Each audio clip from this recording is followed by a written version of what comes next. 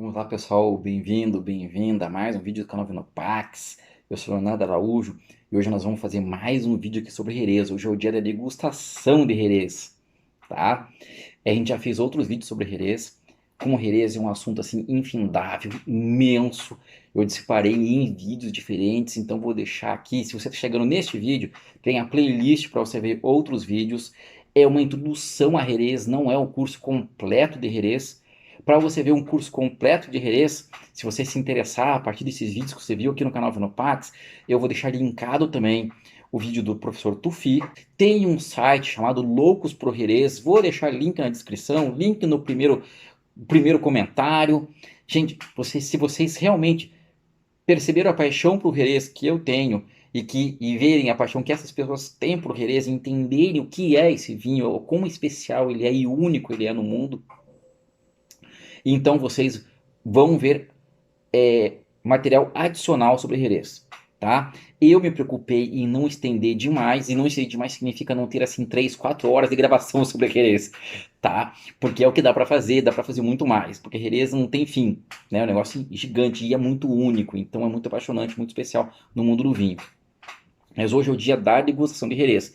Gente, vou falar uma coisa para vocês, eu tava gravando o vídeo de Jerez, gravei, entre aspas, o vídeo inteiro. Este vídeo aqui foi gravado inteiro antes e eu perdi a gravação. Eu não percebi que eu estava com pouca memória, a memória acabou e eu continuei falando pro nada, tá? Vocês não estavam aí, não estavam gravando.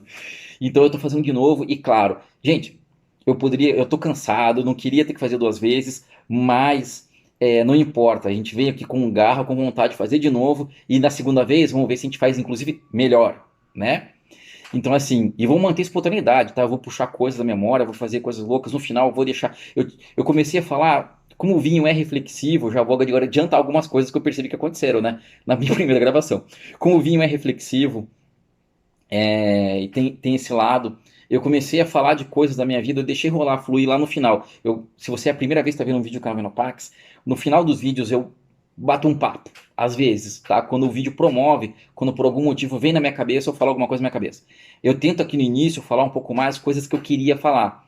E como esse vídeo é um vídeo de degustação, eu não me preparei tanto para degustação assim. É o que os vinhos me oferecerem. Obviamente que são vinhos que eu conheço, eu já tenho uma experiência com eles, mas na hora que eu faço a prova aqui, coisas novas aparecem. É espontâneo, tá? É super, sempre a minha degustação é muito espontânea. Não tem um roteiro pré-estabelecido. Tanto é que eu tô falando com vocês de coisas de um vídeo que eu fiz e que vocês não vão ver, porque né, deixou de existir na hora que o celular não gravou, tá? Que a Novinopax é feito assim, né, no celular, assim, porque a gente quer fazer, porque a gente gosta disso, tá? Porque a gente gosta de vinho e quer promover a cultura de vinho, é só isso. Mas então assim, vamos voltar aqui à questão dos vinhos. Vamos fazer a degustação de Jerez e o que quer que venha na minha cabeça de novo, eu vou falar de novo, tá? Depois. Mas vamos que eu tô com uma vontade de gravar Jerez tão grande que essa segunda gravação, na minha opinião, deve ficar melhor do que a primeira, tá? Mas lembrando que tem material adicional, tem o vídeo do Tufi, que eu vou deixar linkado aqui também, que é um professor, né, do Conselho de Jerez, que é certificado pelo Conselho de Jerez, que é um fera, que ele é W74, W7 é o Wine and Spirit Educational Trust, que é onde eu estudei. Eu não tive aula particularmente com o Tufi, mas tem esse material do Tufi na internet. O Tufi ele é W74, que é tipo assim, a top W7, é o que a gente chama de diploma, e ele ainda iniciou o Master of Wine. A gente não tem um brasileiro atuando no Brasil, a gente tem um brasileiro que está atuando na Inglaterra e que fez a carreira dele no Reino Unido, mas tem o Tufi é um dos candidatos a Master of Wine do Brasil hoje. Não é um processo que leva anos, que não é fácil, então não se sabe se ele vai concluir o processo, mas só do cara ser candidato ao Master of Wine tá num nível elevadíssimo. Então tem o material do Tufi que também é uma palestra de hora e meia, sobre Jerez, e o meu material, esses vídeos que eu deixei aqui, eu procurei simplificar, trabalhar as informações em grupo para que fique mais curto do que isso. Porque se eu passasse uma hora e meia explicando para vocês o que é Jerez, depois eu fizesse mais uma degustação, 2 horas de Jerez, eu achei que era demais. Então eu procurei simplificar. Eu fiz uma introdução a Jerez, que eu espero que seja suficiente para apaixonar vocês por Jerez. Aí vocês depois batalhem mais para saber mais sobre Jerez com conteúdos adicionais que eu vou deixar tudo linkado, tá? Vai estar nos comentários, no primeiro comentário, vai estar na descrição, vai estar aqui circulando, aqui aparecendo nas notinhas aqui em cima, em toda a parte eu vou deixar esses links todos, inclusive da playlist com os nossos vídeos anteriores introduzindo o Jerez para vocês, tá? Que vinhos eu tenho aqui hoje para nossa degustação de Jerez? Que vinhos eu tenho aqui? Eu tenho aqui os Barbarios, que são resultado da minha compra que eu fiz na World Wine, que são disponíveis na World Wine, na casa dos R$ 120. Eu peguei uma oferta, paguei um pouquinho menos, tá? Ofertas típicas, a World Wine, assim como as outras importadoras, vivem tendo uma oferta e eu aproveito muito essas ofertas, tá? Então eu tenho aqui um Oloroso, bem escrito no rótulo Sherry, Oloroso. Vejam vídeos anteriores para entender o que significa essas terminologias, especialmente Sherry, não vou falar muito disso agora, porque já está falado, tá? Ele é 18 graus alcoólicos e oloroso quer dizer que esse vinho é seco, tá? Então ele não, e oloroso vem do espanhol aromático, tá legal? E a Barbadillo, ela fica em Sanlúcar de Barrameda, é a cidade onde ela está localizada, a região onde ela está localizada e é esse lugar especial do Jerez, tá? É um bom produtor. Este aqui é o cream, que eles rotulam como Eva Cream, tá? Mas ele é um cream, e vocês sabem que tem a categoria cream e pale cream, é um pouquinho diferente, tá? E cream, ele é um corte de oloroso, então ele tem um pouquinho desse tipo de vinho aqui, não é isso, mas né, fizeram lá na adega isso, na vinícola isso, na bodega, e misturaram com Pedro Ximénez, que costuma fazer vinhos doces, e nós temos aqui o cream, que é, o nome já significa para nós, ele já sugere para nós que é um vinho doce, tá legal? E ambos têm 18 graus alcoólicos, então cuidado, são vinhos fortificados, que é adicionado álcool vínico e são vinhos que têm uma intensidade, né? Então você precisa tomar um pouco mais de cuidado quando for tomar esses vinhos, porque ele tem um pouquinho mais de álcool, tá? Mas vamos fazer a degustação, né? Vamos que tem na minha taça aqui, essa aqui, vejam as duas aqui a cor, tá? Quero ver se eu consigo colocar de um jeito que vocês veem a cor. Vou chegar bem perto aqui, vamos ver um do fundo. A cor não é muito diferente, mas vocês devem notar nas taças, eu sinto no peso que faz na minha mão, a untuosidade e o vinho que está nessa mão aqui, ó, esse aqui que eu estou chacoalhando, ele forma, espero que a câmera capte, ele forma mais lágrimas mais lentas, porque ele é o cream, um vinho doce, adocicado, mais volumoso, né? Obviamente, ele tem mais concentração. E olha a cor desses vinhos, gente. Esse âmbar escuro, essa cor de mogno. Essa é a cor desses vinhos, tá? Esse aqui é um pouquinho mais escuro mesmo do que esse aqui, tá? O cream é um pouco mais escuro que o oloroso.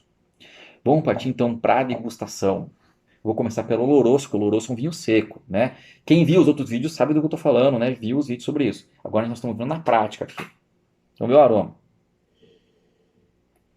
Isso toda vez que eu vou tomar Jerez, eu vou falar a mesma coisa, porque me remete, me remete.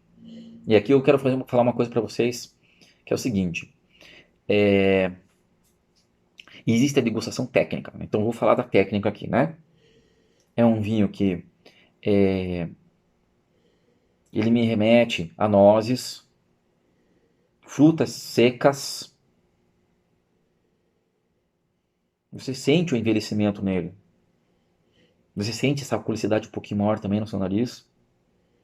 Mas ele é um vinho seco, tá? Vamos ver o paladar e depois a gente entra nesse detalhe.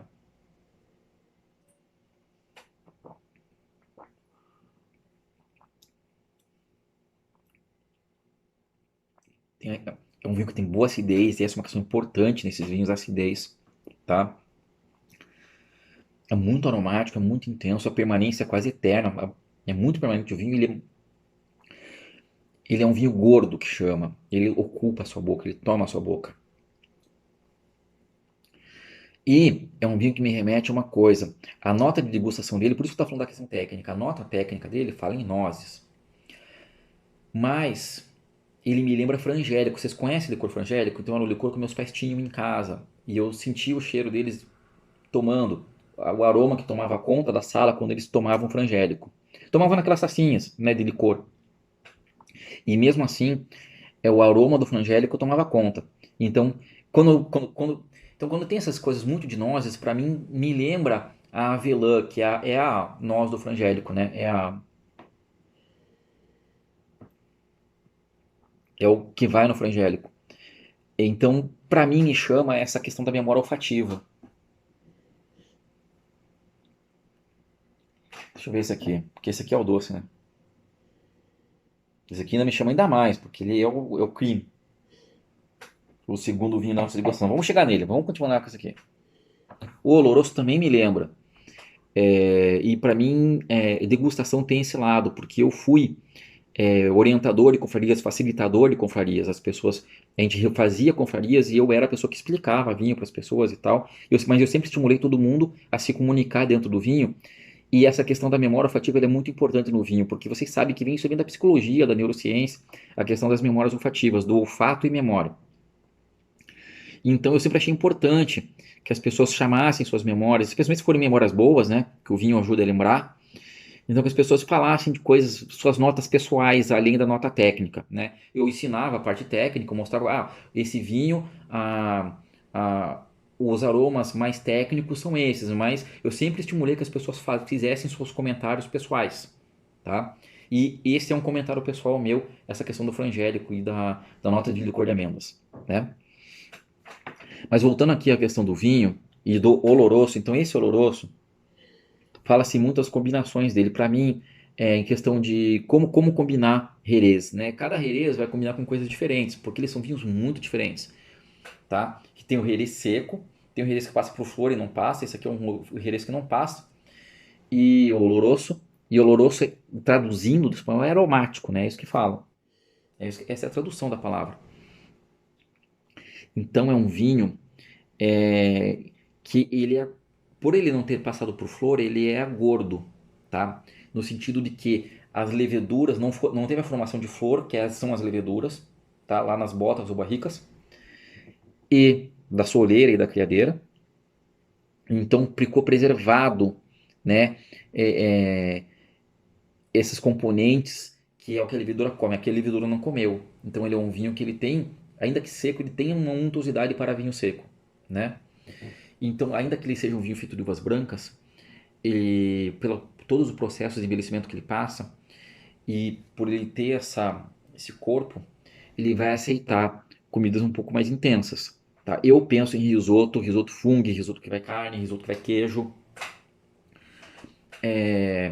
Aqui, comida típica espanhola, aquela paleta de cordeiro que vai tempero com hortelã, com alecrim, com alho, com as outras coisas, pimenta, com outras coisas que vocês queiram colocar. Fala-se aqui no Brasil, fala-se em passá-lo para harmonizar com carnes gordurosas. Eu estou pensando no franhaque também, que também é de cordeiro, e estou pensando também numa costela, que é com muita gordura, porque aí o vinho aguenta a costela. Essa que é a ideia, mais ou menos, tá? Mas é um vinho que eu tomo sozinho. E ele, ainda que seja um vinho que não seja doce, ele é um vinho que em si ele é ele é reflexivo, tá? É um vinho que sozinho para mim já me agrada. E vamos partir então agora para o cream, né? Este cara aqui, no caso do Barbadillo aqui, o Eva Cream, tá? O cream, ele é um vinho que é o corte de oloroso com Pedro Ximénez, para deixar doce, né? E ele é pensado para ficar doce. São uvas muito maduras, quem sabe até pacificadas em algum momento, a depender do produtor.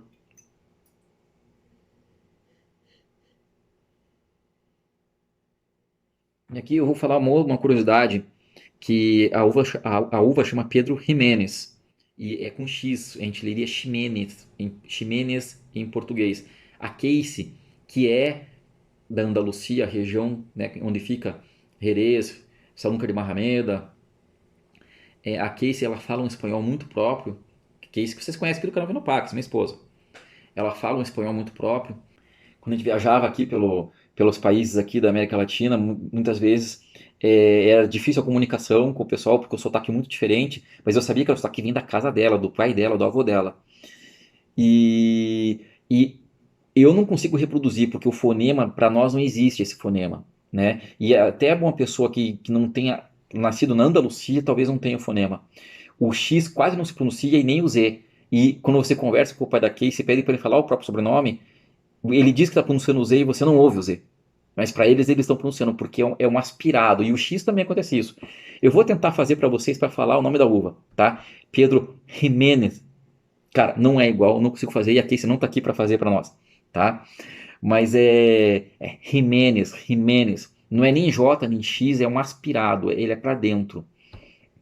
E pode ver que eu tenho dificuldade, inclusive, de não falar o Z. Então, mas assim, é um corte de Oloroso com Pedro Jiménez, que é para ficar o doce, né? A uva doce. O aroma, né? A cor a gente já viu. Vamos ver essa cor linda, maravilhosa desses vinhos, esse âmbar escuro, esse mogno. O aroma, né? Você sente o adocicado. Você sente que tem mais baunilha.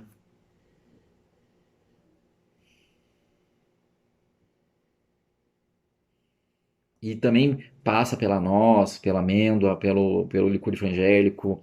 Aqui ele me faz lembrar, como ele também tem muita acidez, isso é muito importante. Deixa eu falar um pouquinho da acidez para vocês, mas antes deixa eu também descrever o aroma.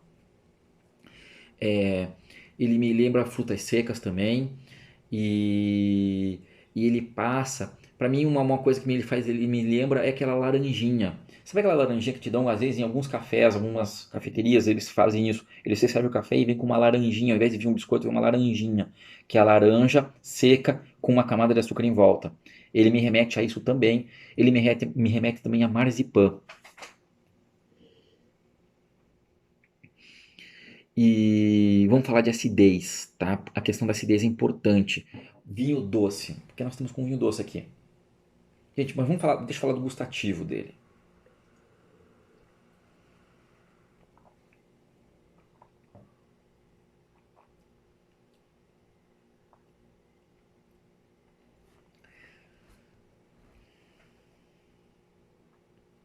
Em boca, um vinho que toma conta na sua boca.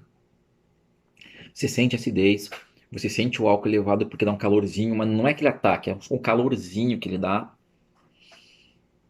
É um vinho que toma conta da sua boca, muito corpo, um vinho eterno.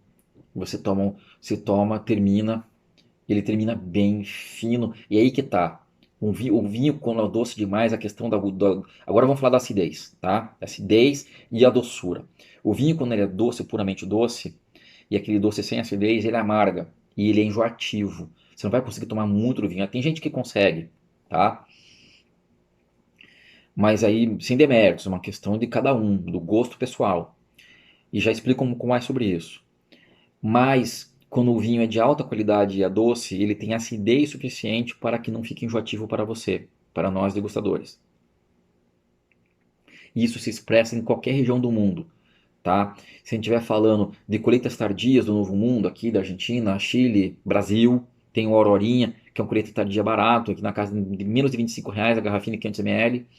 Então é um baita vinho doce que vocês podem provar, que tem acidez. Não chega a esse nível aqui, obviamente. Nós estamos falando aqui em vinho de R$ 100 contra um vinho de R$ 25. Mas já é um exemplar disso, tá? Que não apresenta amargura muito intenso. Varia um pouco de ano para ano, tem anos que está mais amargo, tem anos que está menos. Mas é um exemplar, um bom exemplar, tá? Nacional. Eu tomo o Aurorinha e gosto de ter em casa. Mas a ideia é essa, que a acidez equilibre e que ele, mesmo que doce, ele não amargue você. E é o caso aqui. Vinhos muito bons passam bem e a permanência é quanto você fica sentindo o vinho na boca depois que você tomou. Você fica sentindo muito. E ele gera uma memória, porque como ele é um vinho muito marcante, você fica lembrando. Mesmo no nariz ou olfato, é um vinho que tem marca, que gera memória afetiva, que é longo, é permanente. A questão da doçura é o seguinte: eu tenho um filho de 5 anos, então eu sei como é esse processo. A criança, ela busca o doce, é uma questão até de evolutiva, uma questão de sobrevivência. Porque esse período de crescimento, a gente para de crescer uma hora, mas nessa época que eles estão crescendo, eles precisam muito de açúcar, muito de caloria, tá? Então a criança está querendo doce, essa é a nossa infância com o nosso paladar. Se você oferece algo ácido e algo amargo, a criança rejeita muito facilmente, com raras exceções. A maioria das crianças, 95%, 99% das crianças querem doces, né? E elas têm um porquê disso. Conforme a gente cresce, A maioria de nós desenvolve um paladar que aceita amargo e aceita ácido, né? Eu não tomava limão puro quando era criança, hoje eu tomo limonada sem açúcar. Eu tomo café sem açúcar. Foi uma evolução que eu fiz no meu paladar. Tem gente que não chegou a esse ponto. Não quer dizer que essas pessoas estão erradas. Não é essa a discussão, tá? O que quer dizer é que existe um processo para você aceitar o amargo e o ácido na sua vida, né? E com o vinho, eu acho que é parecida a evolução de cada um. Tem gente que pula etapa, ótimo se você pulou etapa. Mas se você gosta de vinho doce e doção, não tem nada de errado, é só uma questão do seu paladar, né? Inclusive há diferentes sensibilidades entre nós, de aceitação do amargo ou do tanino. Isso, inclusive, a gente faz testes quando a gente estuda isso, né? Quando a gente estuda essas coisas tecnicamente, quando a gente faz curso sobre isso. Então, se você é uma pessoa que está acostumada com o doce, compre esses vinhos doces que têm acidez, que vai ser uma boa introdução. Esse é um tipo, né? Existem outros por aí que a gente pode indicar. Já falei da Aurorinha. A gente pode falar de Tokai húngaro, que está também nessa, que são vinhos feitos da uva Furmin, que estão nessa categoria de vinhos maravilhosos, doces, de sobremesa e que são ácidos o suficiente para agradar, né, tecnicamente. Tem os coletes sadias top de linha, licorosos às vezes. Os licorosos são um pouco mais caros do que a Aurorinha, está cada 50, 60 reais, mesmo os nacionais, os chilenos e argentinos, pode também ser uma boa opção. E tem o Jerez, que eu espero que eu convença vocês que é um vinho maravilhoso, tá? Como harmonizar um cream, um Jerez doce de sobremesa, tá? Esse vinho branco de sobremesa maravilhoso.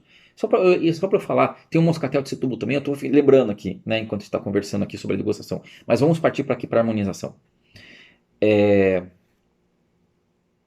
O Jerez de sobremesa, e eu vou falar primeiro do que eu penso, o que ele me faz pensar imediatamente. Ele tem um toque de marzipan também. E ele me faz pensar em pegar uma bola de sorvete de creme de baunilha e jogar um pouquinho do Jerez em cima, tá? Ser a calda do sorvete e aí tomar um sorvete depois do sorvete tomar o Jerez, tá? Lembrando aqui questão de temperatura, quanto mais doce, mais frio pode deixar. Esse aqui pode deixar assim dentro do balde de água com gelo para ficar gelado, dentro da geladeira para ficar gelado. O seco tá um pouquinho acima a temperatura, tá?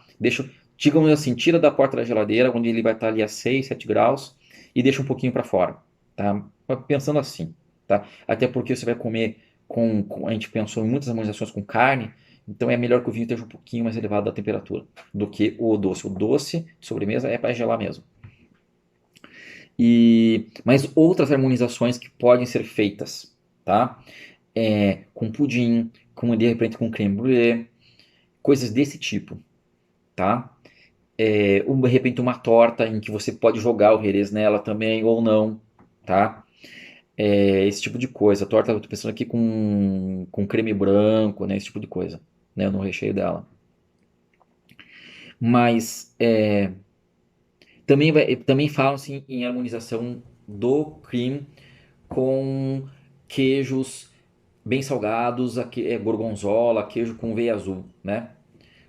Queijos com veios azuis de fungo, queijos curados, se pensa nesse sentido. Para mim, pessoalmente, agora a minha particularidade, fora a técnica de harmonização, é que não harmonize cream com nada. Cream é um vinho reflexivo. Tome ele sendo a sobremesa, sozinho, tá? Tomem-no sendo ele a sobremesa. Essa é a ideia. E é reflexivo mesmo, né, gente?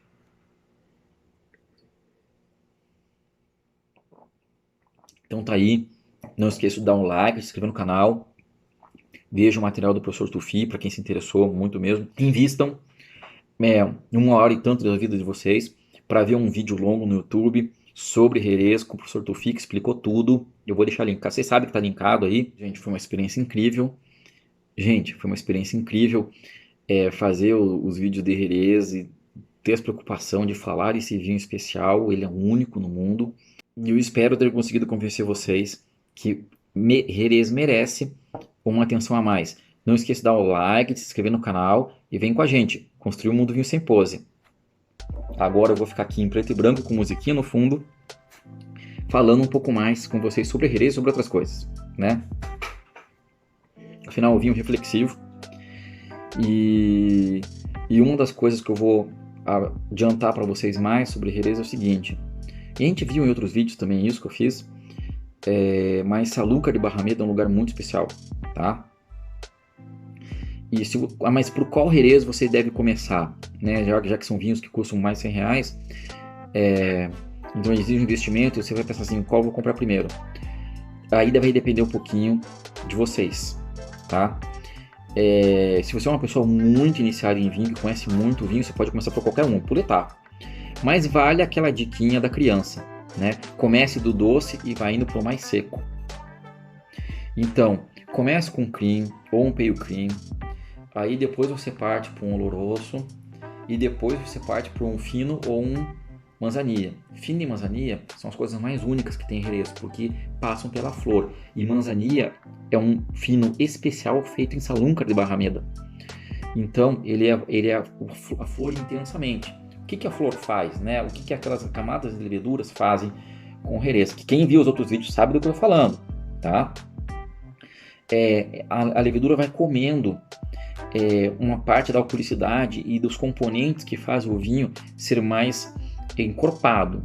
Então o nome até fala fino, porque ele fica fino mesmo, ele fica leve. E em Sanlúcar de Barrameda ele ainda fica mais mineral ainda, com aquela coisa de sal marinho mais forte do que de outras regiões de Jerez, né, da DO Jerez. Então é um vinho muito diferente, é aí que eu quero chegar, é um vinho muito diferente. Eu, quando tomei a primeira vez o Jerez, eu estranhei muito, porque eu tomei logo um manzanilla de primeira. Então foi um negócio assim, eu tomei um Pedro Ximénez, que é mais fácil de entender, e aí tomei um manzanilla, que é bem mais difícil de entender, né? De primeira, assim, eu era muito novo no mundo do vinho ainda. Não novo, mas eu ainda estava começando minha instrução mesmo no mundo do vinho. Então eu senti um baque quando tomei manzanilla a primeira vez. Hoje eu sei qual é a importância e o que representa a manzanilla e quão singular é tomar um manzanilla, né? Então, mas na época eu não estava preparado para tanto. Então cabe a vocês decidirem qual vai ser aí a introdução. Agora, o caminho da nossa infância do vinho para a maturidade é um caminho ideal para ser feito em qualquer circunstância. Então, se você começar com cream ou pale cream, ou um Pedro Ximénez, que é chamado PX ou PX, Pedro Ximénez, né? É a sigla, né? Aí você passa para palo cortado, né? Aí você passa para oloroso, depois passa para palo cortado, que é um que teve flor e deixou de ter. E depois você passa para os vinhos que tem flor mesmo, que aí é fino e manzanilla. Aí você está realmente no caminho para tomar Jerez, né? Para entender Jerez como se fosse uma criança, indo cada vez para o vinho mais salgado, mais seco, né? E que teve mais ataque da flor, desde os que não tem ataque da flor até o que teve mais ataque da flor, que é a manzanilla. Então seria etapas. Mas você pode pular etapa também, não tem problema. Contanto que você tenha em mente, tem que ter em mente isso, gente, que é um vinho muito singular, muito diferente de tudo que você já tomou, tá? É um vinho branco envelhecido. E sem falar aqueles Jerez, né, absurdos, que tem pelo menos 20 anos, né? Os Jerez com nome no latim, né? Vinum, Optimum, né? Vinum, Optimum, Signum, aqueles vinhos com nome em latim, que são os top, né? Que vinhos com mais de 20 anos, com mais de 30 anos. Tem vinho que, ao invés de estar âmbar assim, esse mogno, esse âmbar escuro, o vinho é quase preto mesmo, tá? Da cor dessa camiseta, o vinho. Então, imagina o envelhecimento disso, os processos, e o vinho ser bebível. Isso é muito singular, né? E obviamente que são vinhos caros. E falar de Jerez me fez lembrar da viagem que nós fizemos para Andalucia, a terra da Casey, né? Fomos lá conhecer. E, gente, lugares magníficos. Eu visitando Barcelona, eu já viajei um pouquinho, não viajei tanto, mas já viajei um pouquinho pela Europa. Infelizmente a Europa Oriental eu não conheço, mas a Europa Ocidental eu já estive em muitos lugares. E quando eu visitei Barcelona eu pensei, nossa, a cidade que eu quero morar no mundo é Barcelona. Mas depois eu visitei Sevilha.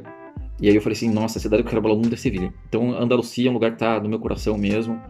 E mais do que Sevilha, se eu pudesse, tivesse dinheiro, eu teria uma estância, uma herdade nas proximidades de Ronda, lá nos Pueblos Blancos. Aquilo é magnífico, é incrível. E é Andalucia, né? Mas enfim, aquela região é sensacional, só que aconteceu uma coisa engraçada. Quando nós viajamos para o sul da Espanha. A Casey não podia beber vinho, eu vou reduzir a isso. Eu vou dizer o seguinte, a Casey não podia beber vinho. Então a gente fez uma viagem não alcoólica para o sul da Espanha, que é incrível. E nós não fomos a Jerez de propósito, porque como a gente não ia poder beber vinho, e ainda foi road trip, eu estava dirigindo a maior parte do tempo, então tinha muitos dias que eu não ia poder beber porque eu estava dirigindo. Então deixamos Jerez para uma outra viagem, eu não fui a Jerez. Então eu estou devendo uma visita a Jerez e voltar para Andalucia, que é um lugar que é incrível, é absurdo, fora de série, excepcional, teve a passagem Moura lá. E vocês viram, né, porque eu comentei com vocês a história, a passagem dos mouros pelo Jerez. Teve a ocupação moura da Espanha, né, do sul da Espanha, praticamente toda a Espanha. Jerez me faz pensar na dívida que eu tenho de voltar à Espanha para conhecer Jerez. E é um vinho muito reflexivo. E, gente, eu tive problemas para gravar esse vídeo. Falhou, agora eu tô vendo que eu tô prestando atenção aqui no pontinho que fica aceso, dizendo que o vídeo tá gravando, e tá gravando ainda bem, infelizmente. Vocês estão vendo tudo aí. E o canal é feito assim, gente, é feito com celular.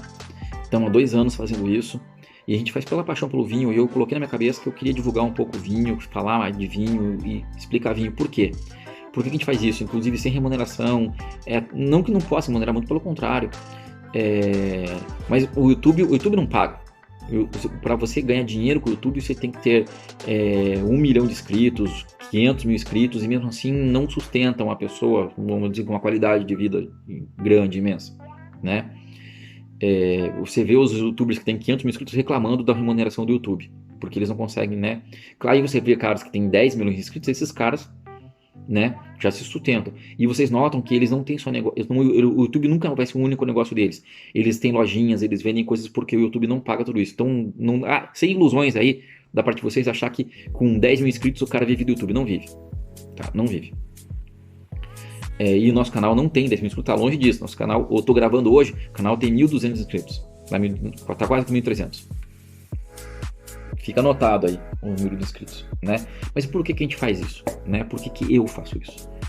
Porque eu sinto o ímpeto da questão da educação. Minha primeira formação, minha primeira graduação é de historiador. Eu me licenciei e eu tenho um lado muito historiador meu, na metodologia científica mesmo de historiador, que foi cultivado no curso de História, lá da Federal do Paraná.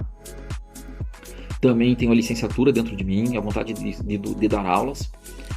E isso é um chamado, isso é uma coisa que fica dentro de você. Sabe aquele papo que eu sempre achei muito chato de vocação, não sei o quê, que falam pra gente na escola, quando você está escolhendo o que você vai fazer.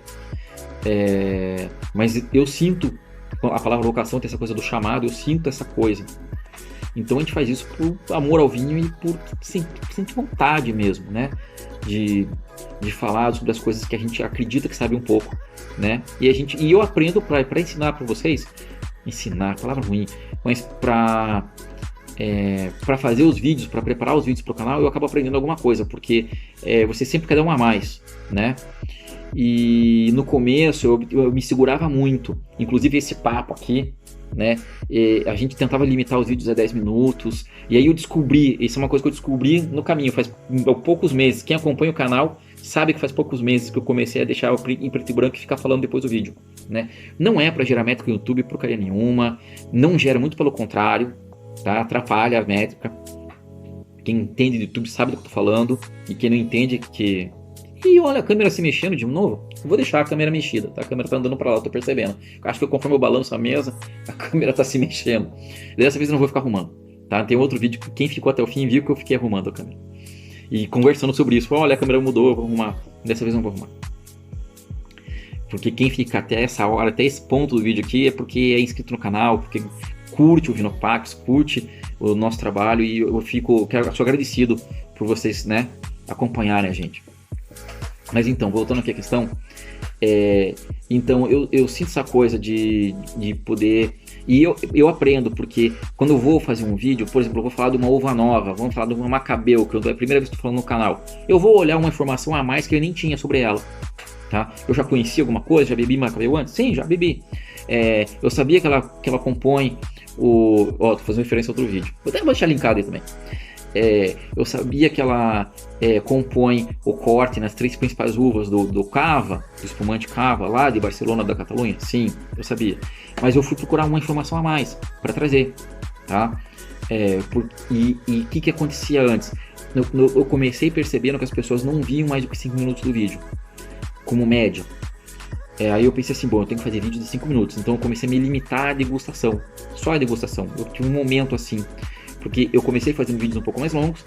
Aí eu e a Casey, a gente pensava assim, cara, as pessoas não veem o vídeo até o fim, então o vídeo tem que ter 5 minutos.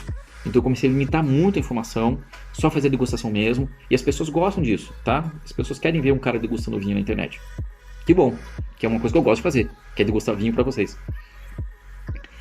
E aí, acabei de ter uma ideia. Eu vou fazer um vídeo que depois do vídeo eu vou ficar. Esse papo aqui vai ser sobre as fontes de referência que eu uso, tá? Quem são os caras que eu assisto? Que eu assisto o Masters of Wines, que fazem vídeos em inglês, que eu sou fluente em inglês, então eu consigo acompanhar. Consigo acompanhar, não, eu ouço muito bem, pra mim é tranquilo, igual português pra ouvir. Pra falar eu tenho sotaque. O meu filho, tô ensinando ele sem sotaque, ele tá aprendendo com nativos, então é incrível. Eu tô aprendendo a ter menos sotaque com ele, a fazer alguns sons, alguns fonemas com ele. Uma criança de 5 anos está me ensinando, isso é fantástico, gente. Mas voltando ao que eu tava falando, vou fazer um vídeo sobre as minhas fontes, quem são os caras que eu assisto, que eu aprendo com eles, que são os Masters of Wine, caras desse nível, né?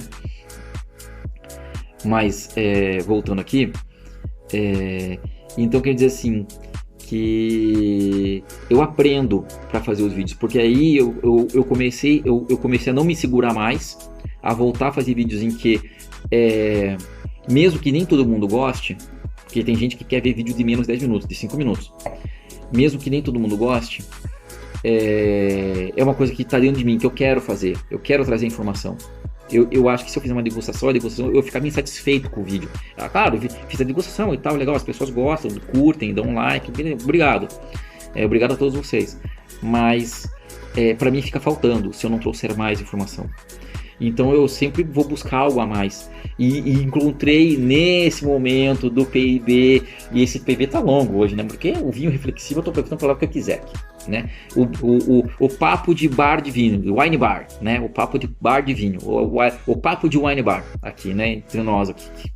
Já tô falando o que vem na cabeça. Inclusive, é engraçado, porque a primeira versão que eu fiz esse vídeo não tinha essa parte agora. Eu tô falando, vou ver outra coisa na cabeça dessa vez e é outro assunto. Mas enfim, tá?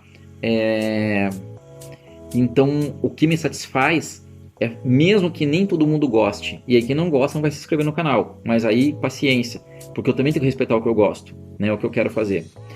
Então, fazer o vídeo com a degustação e com mais informação. Esse hoje tem sido o meu objetivo, porque é o que me agrada. Porque eu acho que eu tô trazendo algo a mais para vocês, e vocês que estão atentos a isso, que gostam disso, que bom, é aqui que a gente vai se reunir no canal Vinopax. Então não é só dar diquinha de vinho. Tudo bem canais que dão só dica de vinho, eu acompanho alguns canais até para ser benchmarks meu. Mas eu quero dar algo a mais para vocês. E quero que se inscrevam e reunir gente que quer algo a mais também. Também tem isso. E fico muito feliz que de vez em quando alguém escreve no comentário, cara, agora não estou lembrando o nome da pessoa, porque eu até marquei o nome, porque o nosso inscrito, você comentou o seguinte, todo vídeo é uma aula, quase todo, porque tem uns vídeos lá do início que eu tentava me segurar, e agora eu parei de me segurar. Então assim, eu tento fazer isso. Então hoje é uma degustação, tem a parte da degustação que é legal, que as pessoas gostam de ver como um cara que tem a técnica, degusta, e eu trago mais informação além da degustação, né? Uma informação sobre a uva, sobre o vinho e coisa que vem na minha cabeça. Às vezes, vocês lembram quando eu estava tomando alguns vinhos que vieram do Club Wine, eu estava tomando um vinho que tinha 3% de Viognier e que eu falei tudo que eu sabia de Viognier. Então acontece, é a espontaneidade, e é uma outra coisa que eu insisto em fazer, que é espontâneo, é o que vem na cabeça, tá? Porque a degustação promove isso. Ela faz com que você pense coisas quando está degustando. Não necessariamente é a técnica do vinho ali, que é a técnica da degustação. É o que veio a mais, dentro da sua cabeça na hora. E eu faço espontaneamente as degustações. Então eu acho que isso dá um valor, para mim tem um valor a degustação espontânea. Há mais de 10 anos, quando eu fiz alguns vídeos para o YouTube e não era o canal Vinopax, e aí eu parei, infelizmente eu parei porque eu não tinha entendido isso pro YouTube. Eu achava que eu tinha que contratar um profissional de vídeo, fazer vídeos profissionais como se fosse o Globo Repórter de vinho, assim, né? Com câmera profissional, ia custar uma grana que eu não queria gastar para fazer os vídeos. Eu falei assim, se for para fazer mal feito eu não faço. E no fim das contas o YouTube virou esse lugar onde as pessoas pegam seu celular e filmam, e que a espontaneidade tem valor. E eu passei a valorizar isso quando eu voltei a gravar com o Vinopax. Bom, então tá aí, pessoal, falei algumas coisas. O que eu não falei hoje, eu não falei do meu background aqui na gravação que não foi gravada. Falei do meu background, eu vou deixar para outro dia, porque agora já ficou muito longa essa, porque eu falei de outros assuntos. Mas então eu tô devendo 2 assuntos para vocês de pós-créditos agora, tá? Pós-créditos, inclusive, um termo que tá errado, né? Porque eu não ponho créditos, aqui não passo uma lista de créditos, né, do vídeo. E depois eu só troco pro papo sério, entre aspas, que já não é sério, que já é espontâneo, para um papo mais wine bar, mais papo de bar ainda, né? Que aí eu ponho aqui em PIB e boto a musiquinha. Mas enfim, nesse papo que eu tô apelidando de pós-créditos, e eu sei que tá errado, o termo, tá mal usado, mas não tem problema. Facilitou para compreensão, é didático, só isso, para separar as partes do vídeo. Estou devendo 2 assuntos então, as minhas fontes, quem são os caras que eu sigo, que eu acompanho lá geralmente em inglês, tá, os feras, mas eu vou dar dica em português também, que tem pelo menos um fera em português, que eu admiro muito, e que tem material disponível, tá, e eu vou dizer onde, tudo, não vai ser agora, porque vamos deixar isso para outro dia. E o meu background, uma parte da minha formação que ficou fora desse vídeo e que eu vou falar em outro vídeo, tá legal? Então obrigado por ter assistido aqui. Quem ficou até aqui, vocês são os nossos do dia a dia aí, que a gente já tem até, a gente nem se conhece pessoalmente, se conhece só pelo YouTube aqui, eu vejo os comentários de vocês, sei que vocês que estão dando like, né? Então os 20, 25 likes que o vídeo tem, são de vocês que ficam até o fim, e curtem tudo e adoram vinho e que curtem esse estilo do que a gente fez aqui no canal. Obrigado, isso valoriza o nosso trabalho. Então é para vocês que em outro vídeo eu vou trazer, né, essas informações todas aí, tá? Mais wine bar aí, papo de wine bar. E eu vou continuar aqui com o meu restinho de Jerez, né? E lembrando aqui, mais uma info que eu vou dar para vocês que no final, né? Esses vinhos aqui aguentam uma semana, às vezes até 15 dias, quanto mais doce aguenta mais, tá? Esse aqui talvez aguente uns 10 dias em geladeira bem, e esse aqui deve chegar quase um mês, tá? Aguentando bem, sem nenhum outro método, a não ser só esse aqui a vedação é de rosca, né? É só roscar de novo e eles não vão perder muito na geladeira não, tá? Putz, nem falei de taça de Jerez, né? Bom, fica para outro dia, para um outro Jerez também. Vamos falar de taça. Notem que eu tô tomando em taça normal, só cuide com a quantidade, né? 18 graus alcoólicos já é acima do que a gente está acostumado lá. O máximo 14,5 de vinho tinto. De vinho tinto tranquilo.